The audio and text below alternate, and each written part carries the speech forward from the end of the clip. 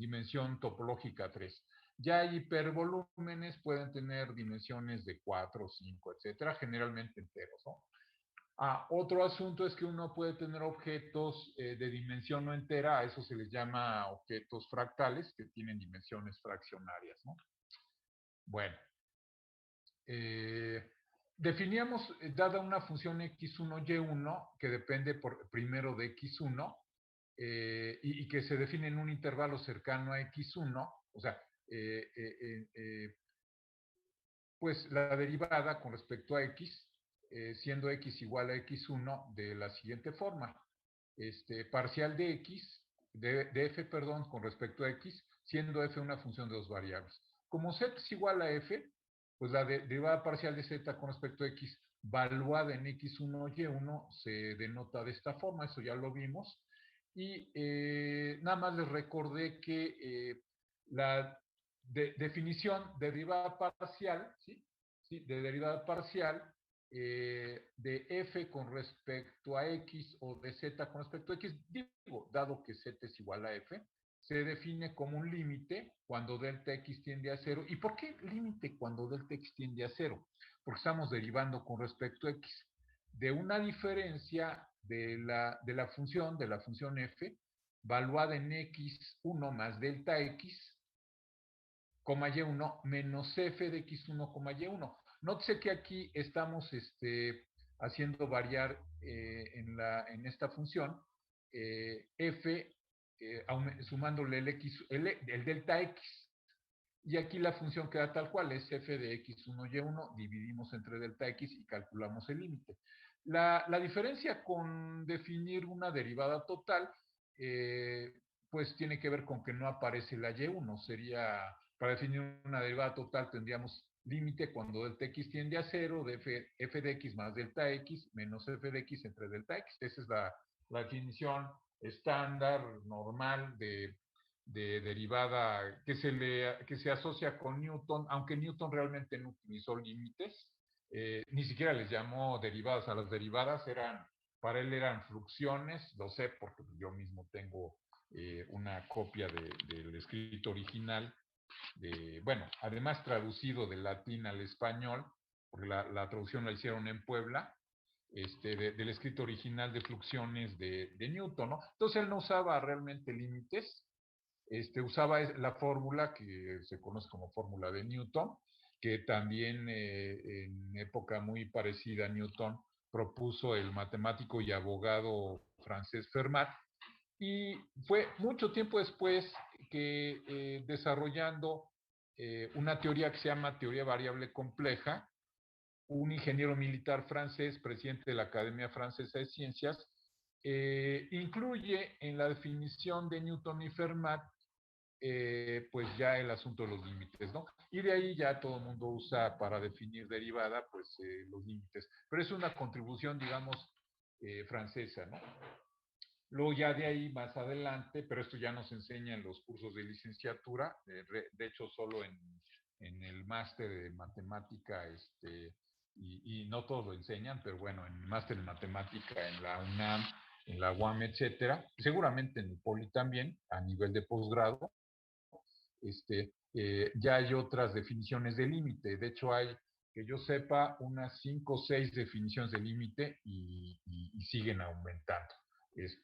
Pero en el contexto de otras áreas, en probabilidad, no a nivel de probabilidad estadística como lo llevan en el nivel licenciatura, por ejemplo, los ingenieros o la gente que hace física aplicada o no sé, la gente de economía, bueno, ahí se ven las recetas, ¿no?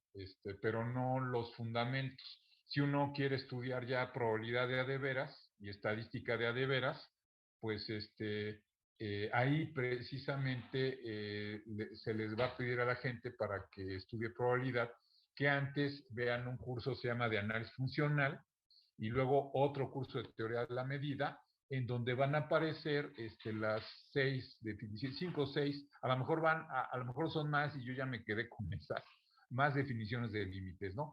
La definición del límite estándar que nosotros conocemos, a veces ni siquiera se ve en la licenciatura la definición del límite, se ve la manera operativa de trabajar con límites, Aunque en los textos estándar de cálculo viene ahí sí ya la definición del límite, ¿no?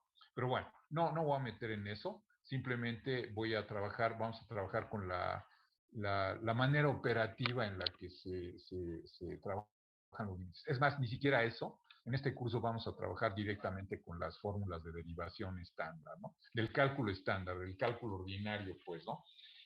Cuando digo cálculo estándar, se preguntarán, ¿habrá otros cálculos? Sí, claro. Hay un cálculo que se llama cálculo estocástico, en donde aparece una derivada que se llama derivada estocástica de Ito, ¿no? Que tiene que ver con funciones que presentan muchas fluctuaciones. Esto tiene aplicaciones, pues, en ingeniería química, en mecánica de fluidos, no sé, en finanzas, en muchas áreas de interés. Esta es la más simple, ¿no? Pero ya para derivación parcial. ¿Qué notan aquí con la Y1? Pues que no cambia, la Y1 queda tal cual, ¿no? Habrá una derivación parcial con respecto a Y, digamos, aquí están otras notaciones para derivar parcial de Z con respecto a X. Una que usan mucho los rusos es, y ya textos también ingleses, gringos, etcétera, ¿no? Unos dicen americanos, pero bueno, nosotros también somos americanos. Entonces, es esta notación Z sub índice X significa derivada parcial con respecto a X de Z, ¿no? O F sub índice X, que significa derivada parcial de F con respecto a X, es pura notación, ¿no? Ahora, en forma análoga, ¿qué tal que ahora quiero calcular la derivada parcial de F con respecto a Y? ¿Sí? O que es igual a F sub índice Y o Z sub índice Y o parcial Z sub índice con respecto a Y. Pues calculamos sobre el límite, pero ya no con respecto el límite, no haciendo tender a cero delta X, sino ahora vamos a hacer que tender a delta Y con respecto a cero, pues. ¿Por qué? Porque estamos calculando la parcial de Z con respecto a Y, ¿sí? Y entonces, en la definición de derivada parcial, la X queda sin variación, o sea, queda X1 queda tal cual. Lo que estamos haciendo variar es Y, ¿sí? Entonces, en la función tenemos f de x1, y1 más delta y, ¿sí? Menos f de x1, y1, ¿no? Entonces, varía la y la x queda constante, ¿no? Y claro, dividimos entre del taller. También mencionamos, esto es nada más, pues, un poco repetición, ¿sí? Mencionamos que para una función de 4 variables, ¿sí? Si quiero calcular la derivada de W con respecto a U, manteniendo constante lo que está abajo, o sea, X, Y y B, pues voy a tomar el límite cuando delta tiende a U, perdón, cuando delta U tiende a cero, ¿de quién? Pues de qué, ¿por qué de delta U tiende a cero? Porque estoy derivando parcialmente con respecto a U. Y voy a tener algo muy similar a la fórmula de Newton y Fermat, ¿sí? Que en realidad también se le debería llamar de Cauchy, es Newton, Fermat, Cauchy, Agustín Cauchy. ¿Por qué? Porque, bueno, porque Cauchy es quien mete los límites, ¿no? Pero, entonces, ¿qué estamos haciendo variar aquí? ¿Qué tenemos que hacer variar aquí? Pues la U. Entonces, en la función G, que ahora es de 4 variables, le sumamos el delta U, o sea, hacemos variar la U. Todas las demás quedan, no les hacemos ni cosquillas, o sea, X queda como X, Y queda como Y, V queda como V, solo hacemos variar U, ¿no? Entonces es G valuada en U más delta U, menos G valuada en U entre delta U, ¿no? Todas las demás las consideramos constantes, ¿no? Y por eso hacemos aquí la listita en la notación de derivada parcial de todas las variables que para calcular la derivación parcial consideramos como constantes. Y aquí hicimos un cálculo, ¿sí? De una función de dos variables que es x cuadrada menos y cuadrada. Y a ver, lo hacemos así muy rápido. Parcial de z con respecto a x manteniendo constante y, ¿sí? Si tuviera más variables, aquí hago una listota de todas las variables que tengo que considerar constantes. Entonces, como z es x cuadrada menos y cuadrada, calculo la derivada parcial. Entonces, parcial con respecto a x de x cuadrada menos y cuadrada manteniendo constante y. Entonces, derivo parcialmente cada término. Entonces es parcial de x cuadrada con respecto a x manteniendo constante y. Como aquí en este primer término no aparece y para nada, pues la calculo como una derivada estándar, normal, la que ustedes ya saben calcular. La parcial de x cuadrada con respecto a x es como una derivada total. Es la derivada de x cuadrada pues es 2x. Aquí está, ¿no? Menos la derivada parcial de y cuadrada con respecto a x, pero mantengo constante y. Entonces, si mantengo constante y, aquí está en la listita, abajo, aquí lo pongo en rojo, aquí y se considera constante. Entonces, la derivada con respecto a x de y, que es ahora una constante, pues es la derivada de una constante. ¿Y cuánto vale la derivada de una constante? Pues 0, por eso pongo 0. Entonces 2x menos 0 da 2x. Pues ya tengo entonces la derivada parcial de z con respecto a x a y constante. Si ahora quiero calcular la derivada parcial de z, que es una función de dos variables con respecto a y, manteniendo ahora x constante, pues lo hago paso a paso, parcial con respecto a y de x cuadrada menos y cuadrada, manteniendo x constante. Entonces es derivada parcial de x cuadrada con respecto a y, manteniendo x constante. ¿Pero qué pasa? Pues en este primer término, como aquí fijamos x constante, la derivada de x cuadrada, que ahora es una constante con respecto a y, pues vale 0, ¿sí? Vale 0. Menos la derivada parcial de y cuadrada con respecto a y, manteniendo constante. Como aquí no aparece ninguna x, es una derivada nada más con respecto a y, pues es la derivada de y cuadrada con respecto a y, pues es 2y. Preservo el signo negativo, entonces 0 menos 2y pues es menos 2y. Ya tengo las dos derivadas, ¿no? Parciales, ¿no? Eso es muy fácil, ¿no? Si quisiera, a ver, para calcular algo más sofisticado, una función de tres variables, ¿sí? Pues aquí puedo calcular la derivada parcial de w con respecto a x, con respecto a u, y con respecto, aquí dejé como un ejercicio con respecto a b, ¿sí? Manteniendo constante x, u. Lo van a hacer ustedes. ¿Qué hacemos acá? Muy fácil. Entonces, derivada de w, una función de tres variables con respecto a x, manteniendo constantes u y b, ¿sí? Ahí va. Parcial con respecto a x de x v más u menos 2b, manteniendo constante v. Pues, ¿qué vamos a hacer? Derivar cada término, ¿no? Entonces, derivo parcialmente con respecto a x, aquí está, el primer término, que es x por u por b, manteniendo constante u y b. Pero, ¿qué pasa con este término? Como u y b son constantes, u y b lo puedo sacar, este producto, fuera del operador derivada, porque la derivada, ya sea derivada total o derivada parcial, se considera como un operador, ¿sí? Así tal cual, es un operador, ¿sí? Entonces saco del operador derivada la u y b, como lo hacemos como cualquier constante al derivar, al calcular derivadas totales, y me va a quedar, aquí lo hice, miren, aquí está, saco como constantes u y b, entonces queda aquí u por b. Lo único que ahora sí tengo que calcular es derivada de x con respecto a x, que es 1. Entonces me queda u por b por 1, pues es u por b. Pero me faltó decir que las otras derivadas de los otros dos términos son 0. ¿Por qué son 0? Porque calculo la dada con respecto a x de u, que como u en la lista es una constante, en la lista que está en los subíndices es una constante, pues la derivada de una constante es 0. Y ahora es menos 2 parcial de b con respecto a x, ¿sí? Porque estoy aplicando el operador derivada a cada término, por eso es menos 2 derivada parcial de b con respecto a x manteniendo constante v. Ahora, como hago constante b, pues la derivada de una constante 0, ¿sí? Pues entonces nada más tengo que calcular la primera derivada, por eso lo hice acá, la primera derivada, o sea, la derivada del primer término, perdón. Entonces, la derivada parcial de w con respecto a x manteniendo constante u y b, pues es u por b, ¿sí? Y así le seguimos con otros términos. Por ejemplo, ¿qué tal que ahora quiero calcular la derivada parcial de w con respecto a u, manteniendo constantes x y b? Pues lo hacemos. Entonces es parcial con respecto a u del primer término, ¿no? De xv o xbu, ¿no? Como tengo, aquí lo reordené, en vez de poner xv, puse xbu. ¿Por qué lo reordené?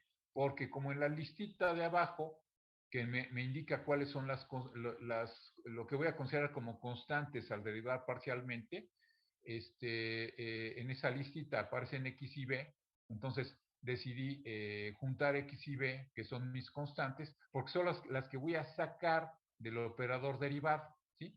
Como constantes, aquí lo saco como constantes las x y b, ¿no?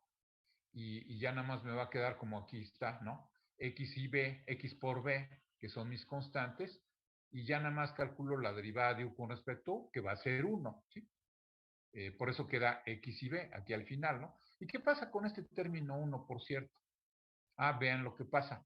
Me regreso. La parcial de u con respecto a u de u, pues es 1. Entonces, de ahí viene este 1 que aparece acá, ¿no?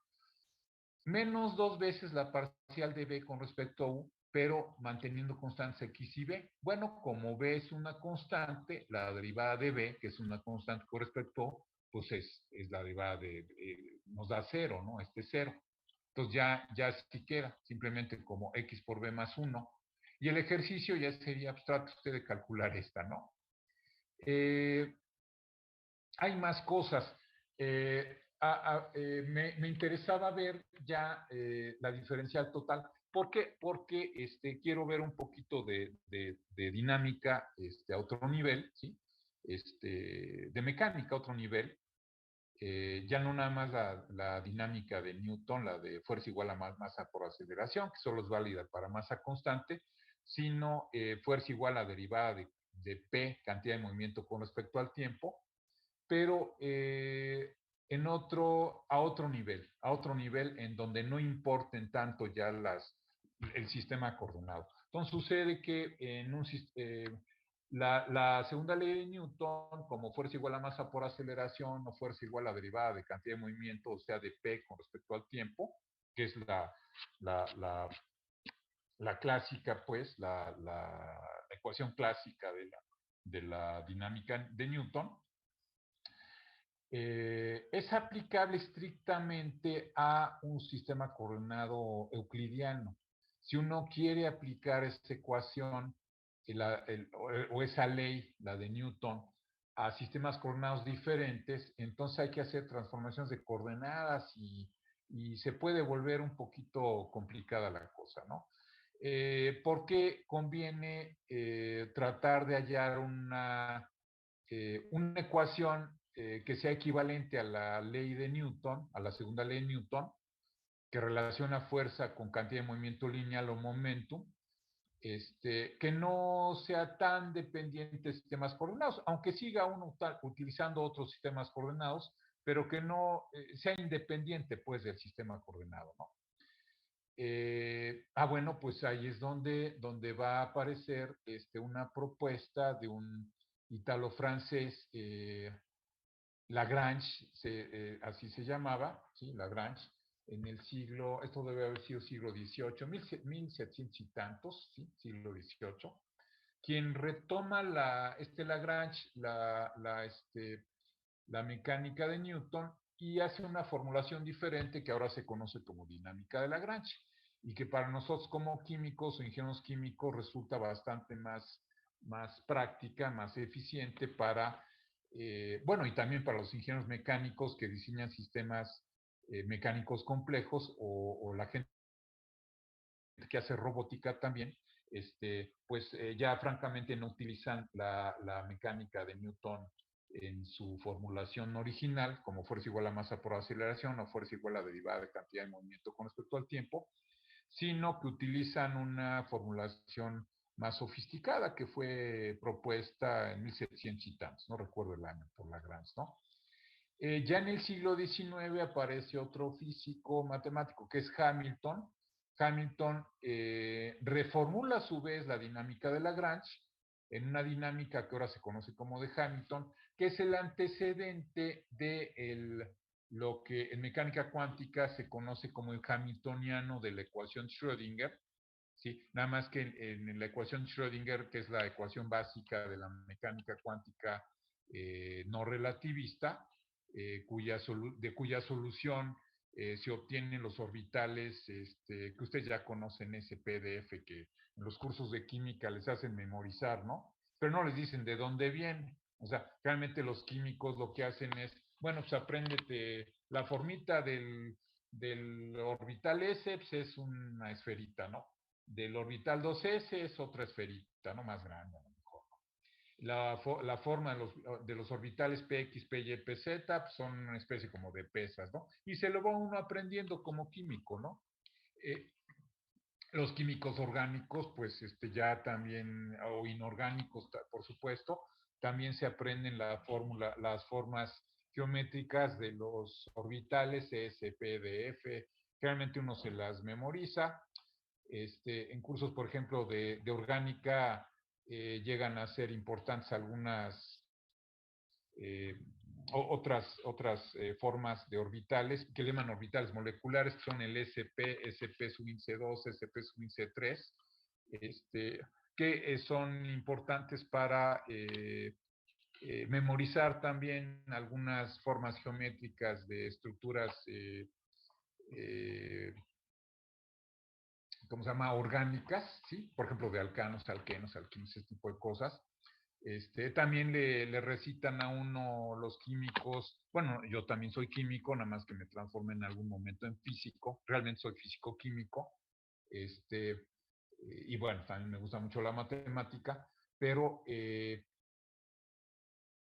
pues se requirió todo un camino para llegar hasta allá, ¿sí? O sea, la pura segunda ley de Newton, que sigue utilizándose, por ejemplo, para hacer dinámica molecular, y hay programas que corren estructuras moleculares rígidas, bastante sofisticadas, en equipo de supercómputo que tiene el UNAM, que tiene la UAM, que tiene el CIMBESTAB del POLI, y ya están como en red esas tres instituciones, que son CIMBESTAB del POLI, ¿cómo se llama? La UAM y la UNAM.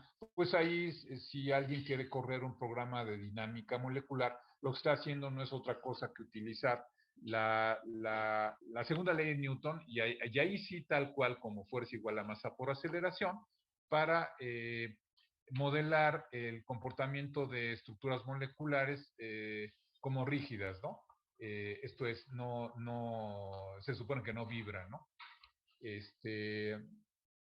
¿Y para qué se hace esto? Se hacen esos estudios de dinámica molecular clásica, que no son otra cosa que resolver la segunda ley de Newton, pero ya para estructuras moleculares, por ejemplo, de interés biológico, en donde uno supone que los átomos son bolitas de masa M, y los enlaces son palitos sin masa, ¿no? ¿Sí? ¿Por qué no hace uno primero estudios o simulaciones con las computadoras que uno ya tiene a nivel de la mecánica o la química cuántica, ¿no? Porque también hay programas ya para eso, ya tienen años estas cosas. Porque para resolver cuánticamente una estructura, desde el punto de vista de los algoritmos de la química cuántica, una estructura biológica con muchos átomos, muchos enlaces, resultaría muy complicado. Entonces uno se tiene que regresar a la mecánica clásica, o sea, a la mecánica de Newton, ¿sí?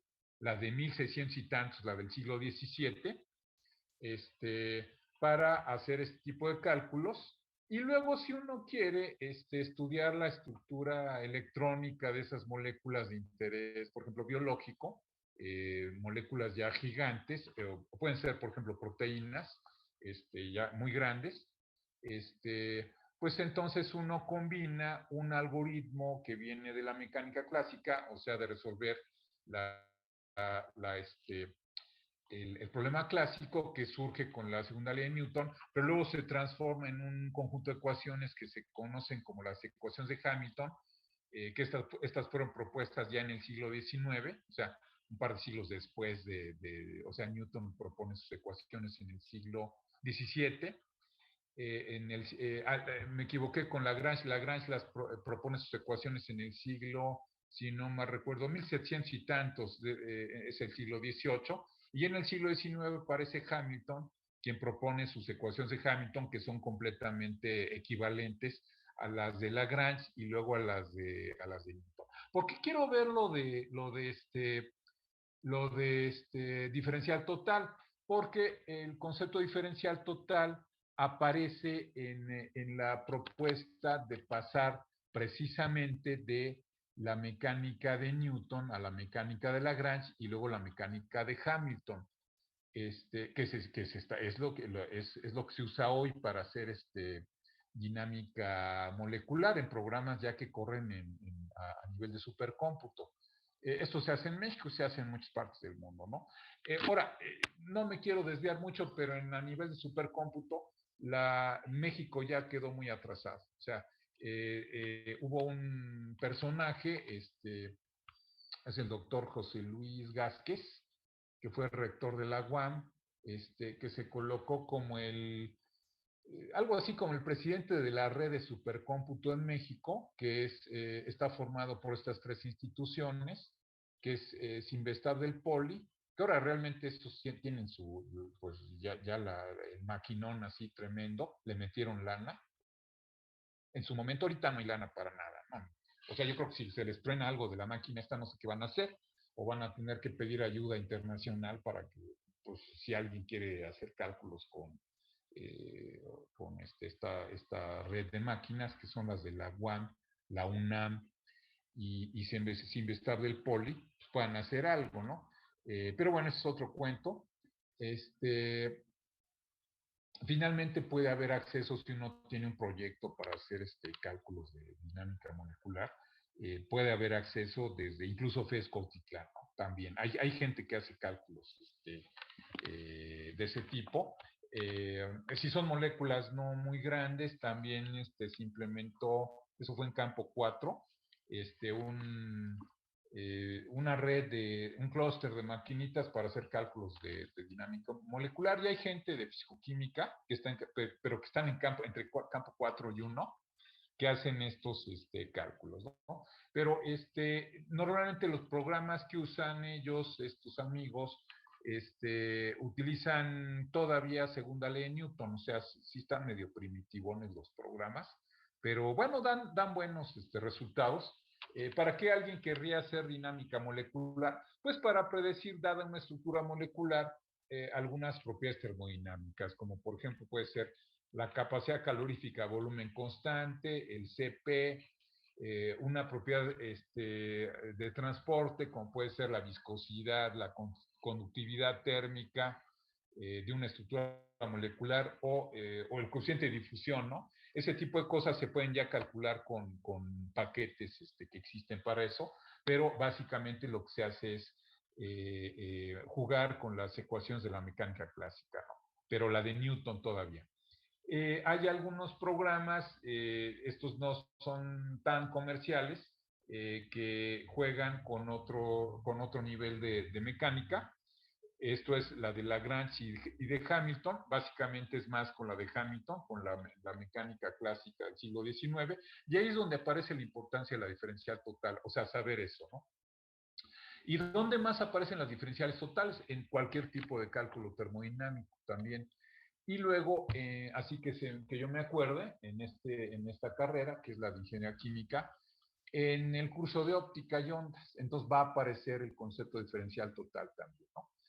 Aquí entonces comenzamos con una función de dos variables que cambia por un incremento delta z al variar del punto de coordenadas xy a x más delta x, y delta y.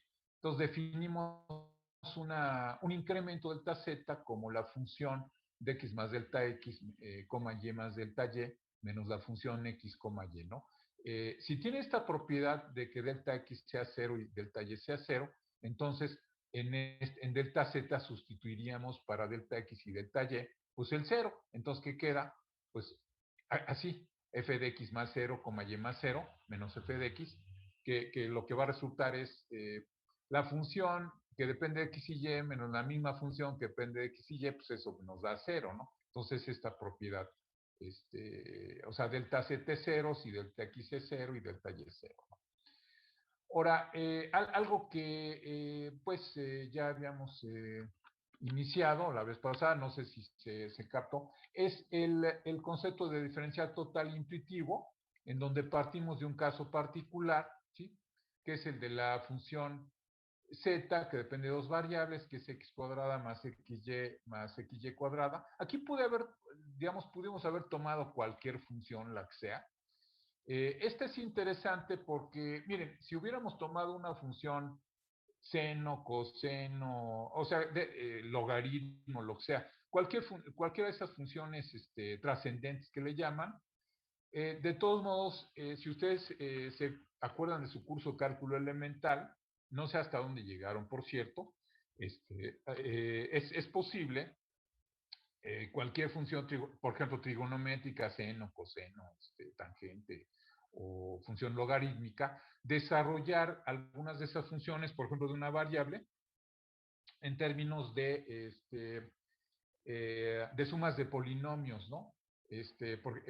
Con coeficientes A0, A1, A2, etcétera. Entonces, cualquier función, la que ustedes me digan, seno, coseno, lo que sea, se pueden desarrollar en términos de polinomios de grado n, ¿no? Y a ese desarrollo se le llama desarrollo en series de Taylor o Maclaurin. No sé si llegaron a ver eso. En fin, no importa tanto de momento. La cosa es que esto no es otra cosa que un polinomio este, de grado, el grado mayor es 3, porque si suma uno aquí los exponentes, aquí tengo exponente 2 para la y y exponente 1 para la x. Si sumo los exponentes, este es un monomio de grado 3 y el polinomio es de grado 3, aunque es una función de dos variables, ¿no? Este término es un término de grado 2, porque si sumo los exponentes 1 y 1, pues es 2 el grado de este monomio, y el grado de este monomio, o sea, de x cuadrada, pues es 2. Esto es más que evidente, ¿no? Bueno, aquí lo que hacemos es desarrollar delta z, ¿sí? Es función de x más delta x, y más delta y menos f de xy, ¿sí? Pues calculamos f de x más delta x, y más delta y para esta función de dos variables. Pues lo único que hay que hacer es en la x meter x más delta x, también aquí en esta x meter x más delta x, en la y meter sustituirla por y más delta y así sucesivamente, ¿no? Entonces, lo hacemos, entonces, para x cuadrada la sustituimos en la evaluación de x más delta x, y más delta y por x más delta x. Aquí está, es x más delta x al cuadrado. Y en el producto xy sustituimos xy por x más delta x por y más delta y. Y en la última va a ser sustituir la x por x más delta x y la y por y cuadrada por y más delta y al cuadrado.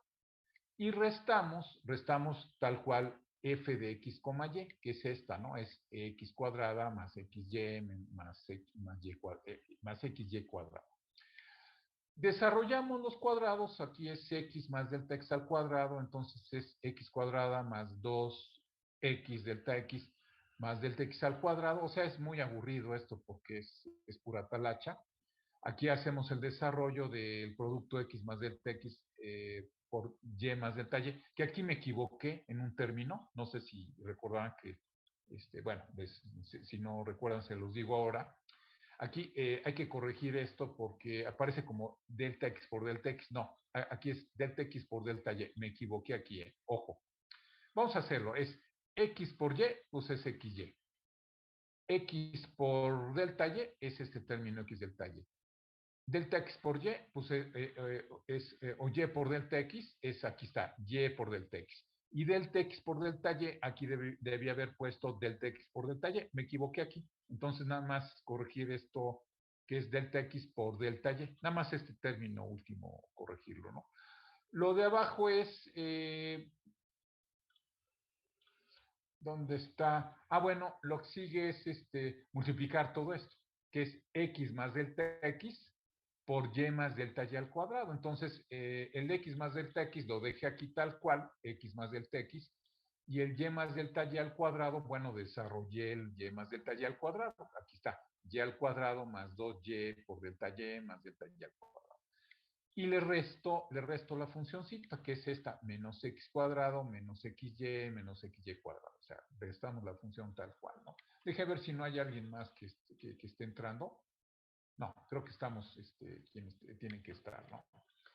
Eh, aquí, bueno, pues aquí todavía hay que multiplicar, ¿no? Entonces sería xy cuadrada más 2xy delta y, o sea, hay que multiplicar, y esa es pura talacha, ¿no?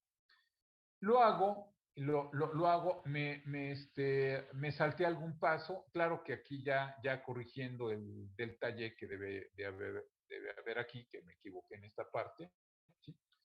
Lo hacemos, desarrollamos, reordenamos, ¿sí? Todo lo que tenga que ver con delta X lo juntamos, todo lo que tenga que ver con delta Y lo juntamos en un coeficiente A, en un coeficiente B, todo lo que tenga que ver con delta X cuadrado lo juntamos, a eso le llamamos C, y así sucesivamente. Entonces, delta Z va a tomar la forma de una funcióncita que es A delta X más B delta Y más C delta X al cuadrado más D delta X delta Y, etcétera, ¿no? Aquí entonces, para definir la diferencial total de cualquier función, ¿sí? De cualquier función continua, eso sí tiene que ser continuo y tener primeras derivadas, ¿sí? Parciales para cada variable de la que dependa la función z, aquí nada más es de dos variables. Entonces, lo que hacemos es para definir la diferencial total, ¿sí? Es considerar solo los términos de primer grado, ¿sí? O sea, los términos que dependen de delta x y delta y. Los términos cuadráticos, por ejemplo, o mixtos, este es un término mixto pero cuadrático, y aquí, por ejemplo, un término mixto de tercer grado. Estos los tachamos, no les hacemos caso. Nos quedamos solo con los dos primeros términos, ¿no? Eh, sí, entonces se dice que despreciamos para definir una diferencial total los términos de mayor grado, y entonces nos quedamos con la siguiente función lineal, en donde delta z, el cambio de z, que así definimos, o delta z, es aproximadamente igual, pero no igual, a un coeficiente a por delta x más un coeficiente b por delta y. Aquí, en el caso particular que teníamos aquí arriba, A tomó una forma, ¿no? Que es 2x más y cuadrada, y B tomó una forma que es x más 2xy, ¿no? Eso realmente no importa, aquí pude haber tomado cualquier función, la que quisiera, cualquier polinomio. Tomé un polinomio muy, digamos, el que se le puede uno ocurrir o que toma uno de algún libro. Si quieren, pude haber complicado esto como más x cuarta, y quinta, etcétera, pero nada más complicaría las cosas, de manera que tendría aquí más términos, que de todos modos iba a despreciar. Finalmente, la idea para definir diferencial total es que nos quedamos con los dos primeros términos lineales, con la función lineal. De modo que delta z es aproximadamente igual a delta x más b delta y. Y para ya formalmente definir la diferencial total, esto se supone que lo debieron haber visto en el curso de termodinámica básica, en donde se usan mucho las diferenciales totales, pero como luego no hay tanto tiempo, entonces la gente en los cursos de termodinámica básica pues se enfocan bueno, ahí está la receta para calcular la diferencial total, que luego ni se acuerdan ni siquiera del término, ¿no? O sea, algunos lo saben calcular, pero realmente no, pues, no quiero ser grosero, pero saben hacer las cosas, pero no saben de dónde vienen, ¿no? Es como decían de Jesucristo, perdónalo Señor porque no saben lo que hacen, pero lo hacen bien, sí, lo hacen bien. Bueno, miren, es un poco como los técnicos mecánicos comparados, no quiero comparar, pero bueno, lo estoy haciendo, con el ingeniero mecánico. El ingeniero mecánico o el químico, incluso mejor el químico. El químico sabe bastante, sabe mucho mejor cómo, el ingeniero químico sabe mucho mejor cómo funciona un motor de combustión interna que un ingeniero mecánico. Y por la sencilla razón que el ingeniero mecánico que intenta aprender termodinámica no entiende la parte de las reacciones. Eso realmente solo lo entiende un químico, un ingeniero químico, ¿no? Y mejor un ingeniero químico porque pues además entiende la parte mecánica, no nada más la parte de la combustión como tal, ¿no? El técnico mecánico, igual hizo un curso que le llevó tal vez 2 años, maneja muy bien toda la parte manual, tal vez hay muy buenos mecánicos, por cierto, sí, de eso no voy a decir que no. Hasta les hablan, les dicen que hay un ciclo ahí, les dan los nombres de los ciclos y hasta unos gráficos eh, que un técnico mecánico igual sí entiende, pero hay técnicos muy buenos, eso también hay que decirlo, pero, pero terminan haciendo la parte de fierros, ¿no? O sea, pon este fierro, quita este fierro y aparte cobran bastante bien, muchas veces mejor que un ingeniero mecánico, ¿sí? A menos que sea un ingeniero mecánico automotriz, eso se sabe en la parte técnica y la parte pues también ingeniería ya como tal, ¿no? Aunque sigan sin entender la parte química, ¿no? Aquí nos regresamos a la parte de un termodinámico. Un termodinámico, bueno, un termodinámico que si ya es profesor, puede ser que haya hecho un posgrado, no solo puede ser, de hecho, lo más probable es que si les tocó algún profesor de termodinámica, una de dos, o tiene muchos años impartiendo termodinámica, que puede ser, por ejemplo, mi amiga, la profesora Lupita, tiene muchos años, una experiencia tremenda, Lupita, o la profesora Leti también tiene muchos años. Leti además tiene un posgrado y fue una de las mejores de su posgrado. O sea, eh, me tocó como alumna, excelente alumna. Lupita no, pero Lupita estuvo, bueno, es prácticamente, tiene tantos años en esto que tiene, digamos, el conocimiento equivalente a un posgrado en fisicoquímica, ¿no? Tiene mucha experiencia, ¿no? Ahora, yo entiendo que por cuestiones de tiempo, pues no pueden meterse a fondo a ver estas cosas que supuestamente van a ver en el curso de cálculo vectorial, ¿sí? O cálculo de varias variables. Pero para ese tiempo va a ser demasiado tarde, ¿sí? Porque entonces ya no, aunque hagan operativamente las cosas, luego ya no entienden lo que están haciendo, ¿sí? No sé si me explico. Entonces, yo sí prefiero matar dos pájaros de un tiro. ¿Por qué matar dos pájaros de un tiro? Porque esto de la diferencial total me va a servir en este curso, pero también pues sirve para afianzar su conocimiento en termodinámica básica o intermedia. Por ejemplo, en el curso de equilibrio químico, van a tener que trabajar con la diferencial, o ya están trabajando a lo mejor con la diferencial de potencial químico de la muy famosa, en donde la diferencial de potencial químico en una fase es igual a la diferencial de potencial químico en otra fase. Ese es un principio de equilibrio químico, pues. Y entonces, cuando uno iguala las diferenciales de potencial químico, diferenciales totales, precisamente, que es lo que estoy viendo acá, pues van a generar una ecuación que va a ser la ecuación básica para generar los famosos diagramas de fase, ¿no?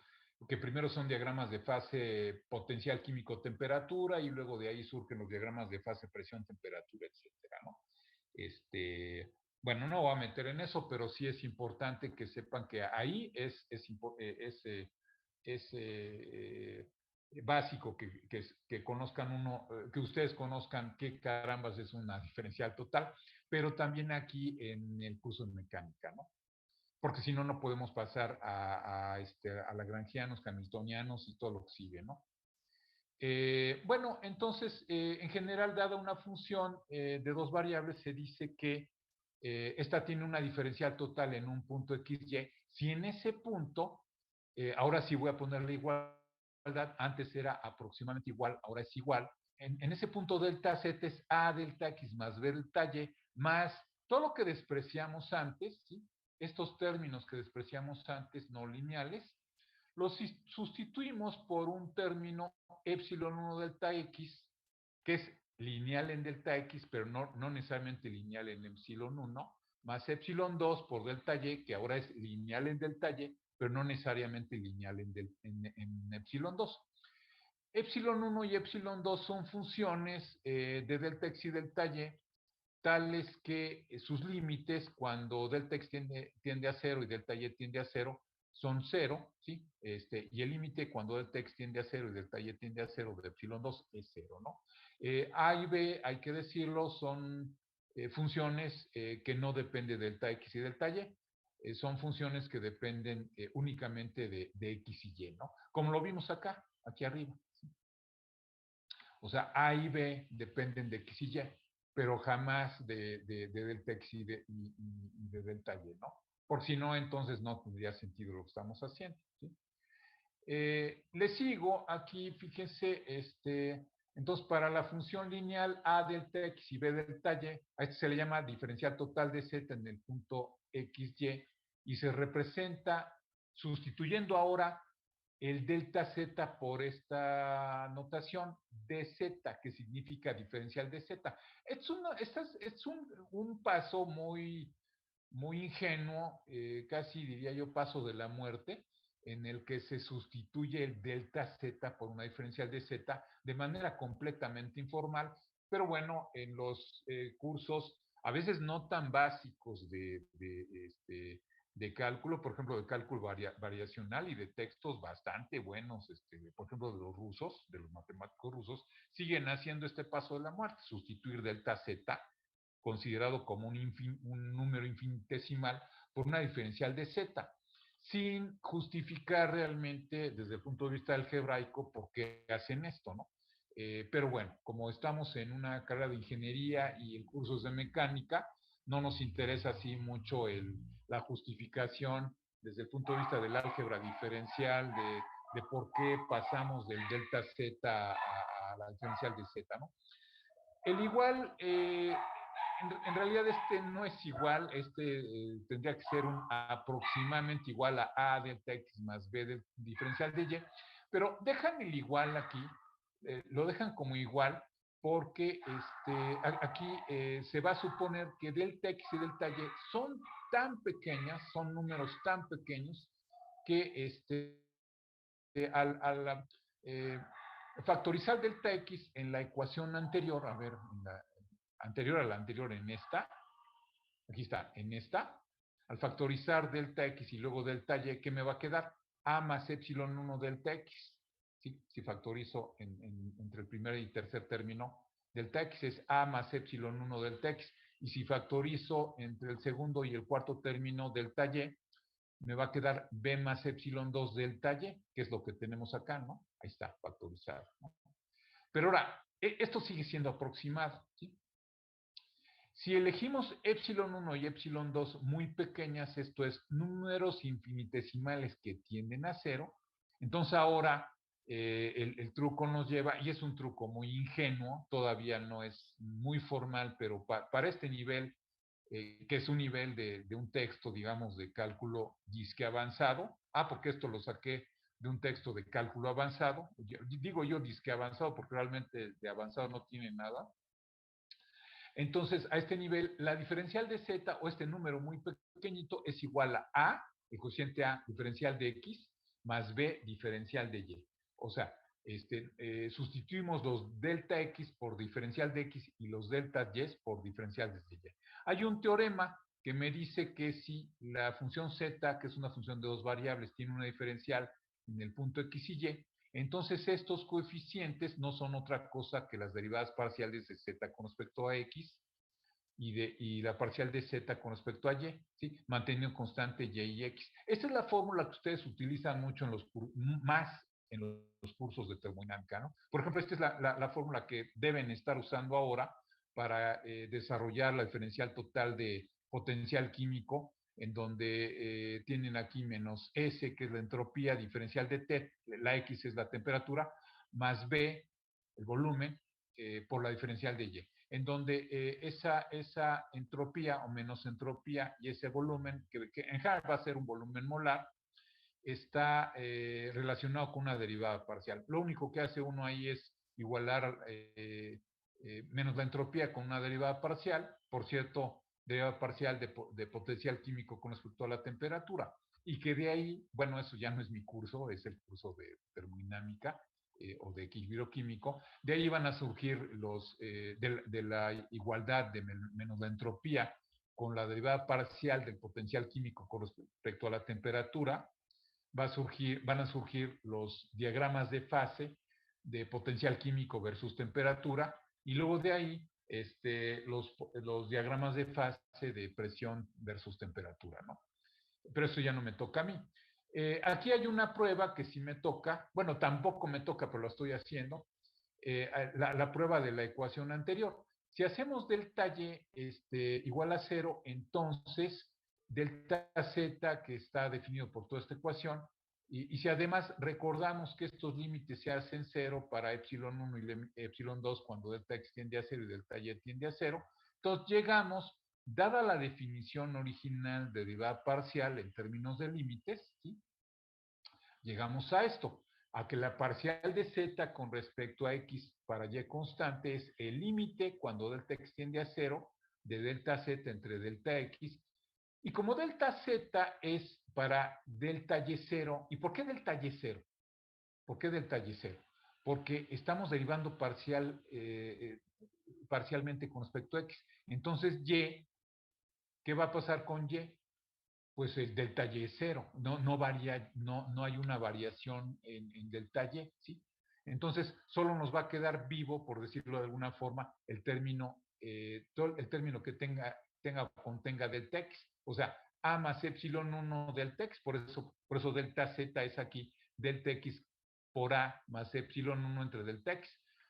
Como delta x entre delta x se cancelan, ¿sí? Porque esto es igual a 1, entonces me queda el límite cuando delta x tiende a 0 de a más epsilon 1 y calculo el límite para cada término. Entonces el límite cuando delta x tiende a 0 de a más el límite cuando delta x tiende a 0 de epsilon 1. Pero este límite es por definición 0. Entonces me queda a, y ya probé que a, el coeficiente a, es igual a la parcial de z con respecto a x a y constante. En forma análoga se puede probar que la derivada parcial de z con respecto a y a x constante es b. Entonces aquí lo que va a quedar, con lo que nos vamos a quedar es con el límite cuando delta y tiende a 0 de b más epsilon 2, y el segundo límite es 0, por definición, aquí está, y me queda b nada más, ¿no?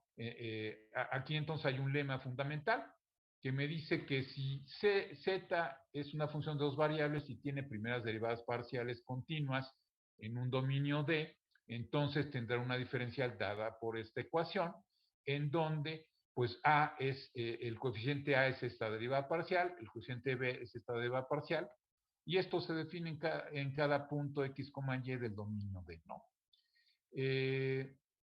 Una generalización de esto, perdón, ya les robé un par de minutos, se tienen que ir, lo entiendo. Una generalización de este concepto diferencial para más de dos variables se utiliza muchísimo, no nada más en el curso de mecánica, por supuesto en mecánica también, pero creo que ahorita donde va a ser así crucial que manejen estas cosas es en el curso de equilibrio químico. Digo, si pasaron el curso de termodinámica básica, espero que sí, la mayoría. Entonces, si tengo una función de varias variables en donde parto de un punto, digamos, de coordenadas x1, x2, xn, o sea, de n variables. que pertenecen al conjunto de los reales Rn. Si fuera R2 tendría el plano, si fuera R3 sería un volumen, ¿no? Pero en general en termodinámica uno trabaja con espacios n-dimensionales, porque tengo en general dos variables que pueden ser, no sé, entropía y ¿qué puede ser? Y presión, por ejemplo, para la entalpía, y de ahí, si tengo un sistema multicomponente, pues los números de moles, el número de moles de cada componente. Entonces si tengo n componentes, m componentes, mejor m, más dos variables, tendría aquí que n valdría m más 2, o sea, m, que es el número de componentes, que a su vez el número, corresponde al número de moles de cada componente, más dos variables, que serían, en el caso de la entalpía, entropía y presión. Ahí estoy yéndome un poco a la termodinámica, ¿no? Pero pueden ser n variables, x1, x2, xn, elementos de Rn, y aplico a R, ¿no? En donde R es el conjunto de los reales, f mi función es un elemento de los reales y es una función de varias variables, de x1, x2 hasta xn, ¿no?